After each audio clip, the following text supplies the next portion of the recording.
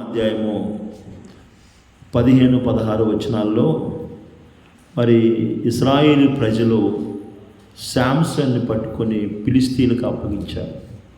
3000 మంది ఇశ్రాయేలు ప్రజలు శాంసన్ని పట్టుకొని బంధించి ఫిలిష్తీయులకు అప్పగించారు. ఫిలిష్తీయులు శత్రువు దొరికాడనుకొని వాళ్ళందరూ కూడా ఆహాకారాలు జయధ్వనులు చేస్తున్న సమయంలో దేవుని యొక్క అభిషేకం సంసోను మీదకి రావటం, దేవుని ఆత్మతో నింపబడి సంసోను మరి అక్కడున్న ఒక పచ్చి గాడిద దవడ ఎముక తీసుకొని 1000 మందిని చంపటాన్ని మనం చూస్తూ ఉన్నాం. 1000 మందిని చంపాడు. పచ్చి గాడిద దవడ ఎముక. మనం గమనించినట్లయితే గాడిద అనే దాన్ని మనము విలువ లేని దానిగా చూస్తాం. కొన్ని వాటిని మనం విలువలేని, కుక్క అంటాం, గాడిద అంటాం, ఇలాగ కొన్ని మాటలు మనం ఉపయోగిస్తూ ఉంటాం. ఒక గాడిద మరి దవడ ఎముక తీసుకున్నంటే చనిపోయిన దాన్ని తీశాడు కావచ్చు.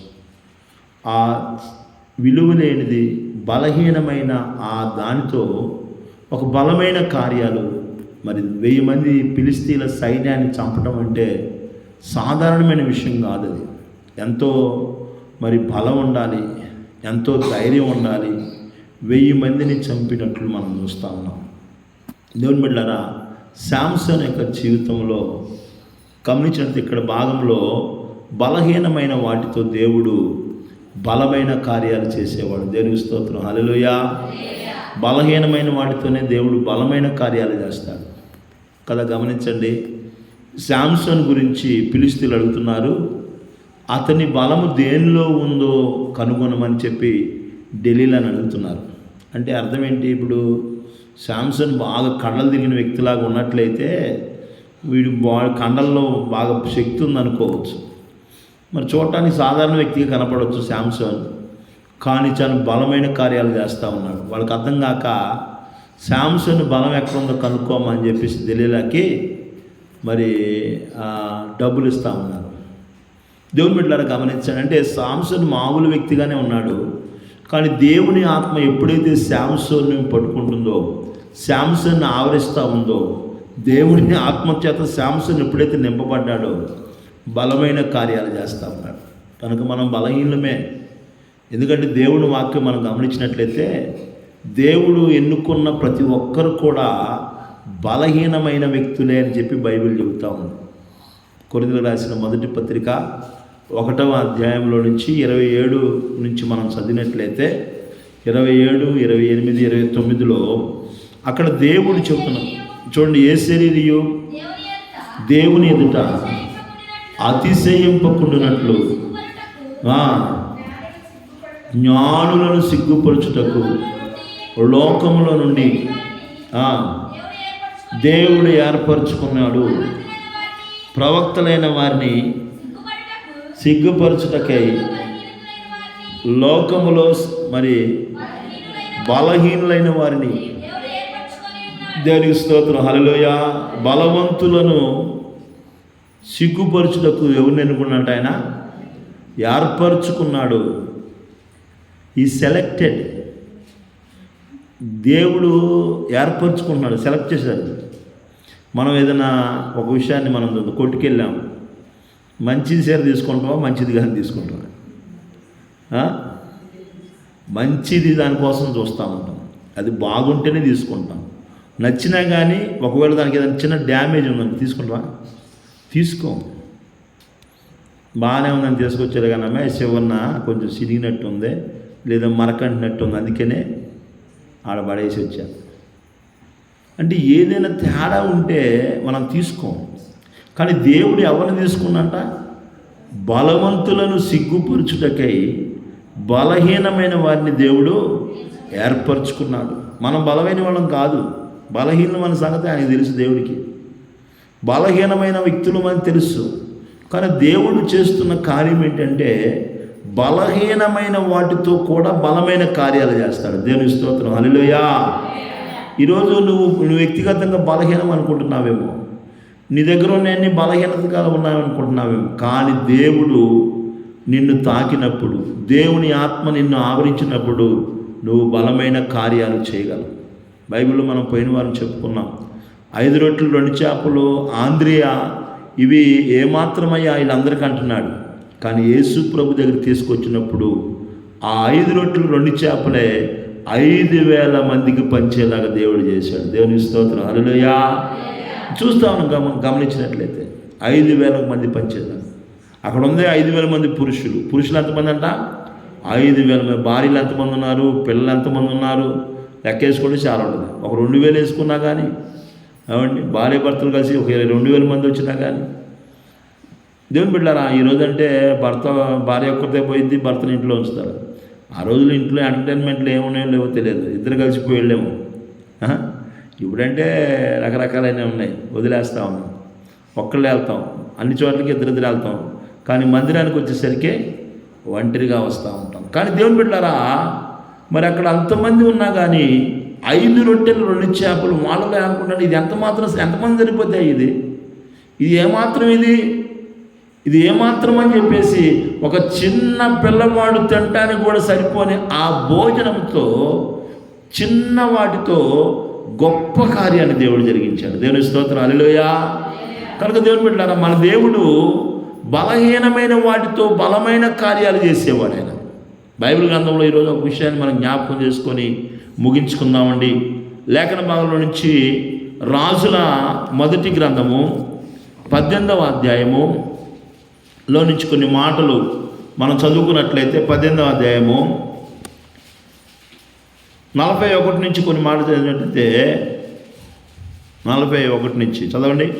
పిమ్మట ఏలియా విస్తారమైన వర్షము వచ్చినట్లుగా ధ్వని పుట్టుచున్నది, నీవు పోయి భోజనము చేయమని ఆహాబుతో చెప్పగా ఆహాబు భోజనము పోయిన గాని ఏలియా కర్మేలు పర్వతం మీదకు పోయి నేల మీద పడి ముఖము మోకాళ్ళ మధ్య ఉంచుకొని, తరువాత అతడు తన దాసుని పిలిచి, నీవు పైకి పోయి సముద్రం వైపు చూడు అనగా వాడు మెరక ఎక్కి ఏమీ కనబడలేదనగా అతడు ఇంకను 7 మార్లు పోయి చూడమనను చెప్పెను. 44 7వ మారు అతడు చూచి, అదిగో మనిషి చెయ్యంత చిన్న మేఘము సముద్రం నుండి పైకి ఎక్కుచున్నదని. దేవునికి స్తోత్రం, హల్లెలూయా. ఏలియా కర్మేలు పర్వతం మీదకి వెళ్ళాడు. ఇదంతా మనకు తెలిసిన సంభవమే. 850 మంది బయలు ప్రవక్తలను, బయలు పూజారులను ఏలియా చంపివేశాడు. వాళ్ళందరినీ వధించాడు. వధించిన తర్వాత, ఎందుకంటే జీవం గల దేవుడు అని తెలుసుకున్నారు, ఆకాశం నుండి ప్రార్థన చేసిన అడుగు అగ్ని కుమ్మరించబడింది. ఆయనే నిజదేవుడు అని తెలుసుకున్నారు. ఈ అబద్ధ ప్రవక్తలందరినీ కూడా, బయలు ప్రవక్తలందరినీ కూడా ఏలియా వధించాడండి, ఖడ్గము చేత చంపివేశాడు.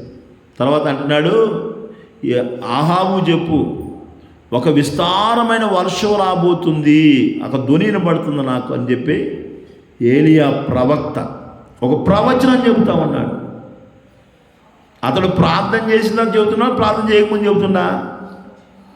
ప్రార్థన చేయలేప్పటికీ, ఇదిగో నాకు ఒక విస్తారమైన ధ్వని వినపడుతుంది, వర్షం పడే ధ్వని వినపడుతుంది, నువ్వు వెళ్ళి ఆహాబుతో చెప్పు, అతడు వెళ్ళి భోజనం చేయమని చెప్పు అని చెప్పి ఇతడు కర్మేలు పర్వతం మీదకు పోయి ఏం చేసిందంట? నేల మీద పడి ముఖము మోకాళ్ళ మధ్య పెట్టుకొని, తరువాత చూడండి, తర్వాత తన దాసుని పిలిచి, చూడు నువ్వు పైకి వెళ్ళి గమనించిన దేవుని బిడ్డారా, నేల మీద పడ్డాడు. ఒక అద్భుతం జరగాలంటే దేవుని పాదాల మీద పట్టవేనండి మనం.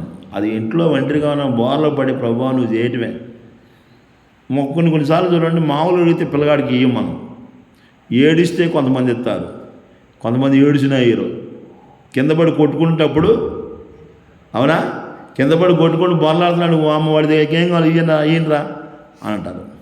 అట్లాగే దేవుని దగ్గర కూడా మనము సాష్టాంగపడి, మనం బైబిల్లో చాలామంది అట్లనే ఆయన పాదముల యొద్ద సాష్టాంగ పడి నమస్కారం చేసి ఆయన వేడుకున్నట్లు బైబిల్ చూస్తుంది.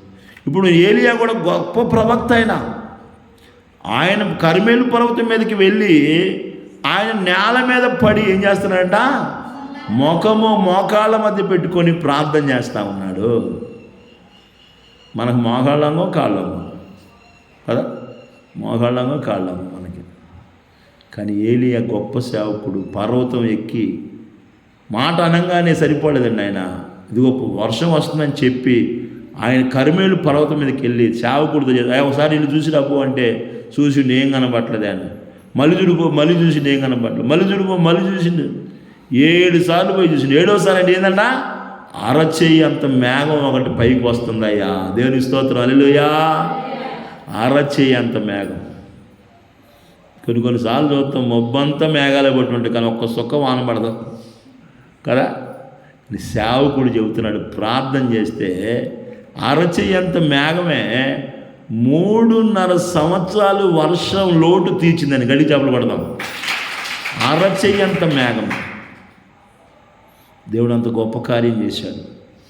ఈ రాత్రి వాక్యం వింటున్న నా ప్రియమైన దేవుని బిడ్డలారా, మన దేవుడు గొప్పవాడితో గొప్ప కార్యాలు చేసేవాడు కాదు.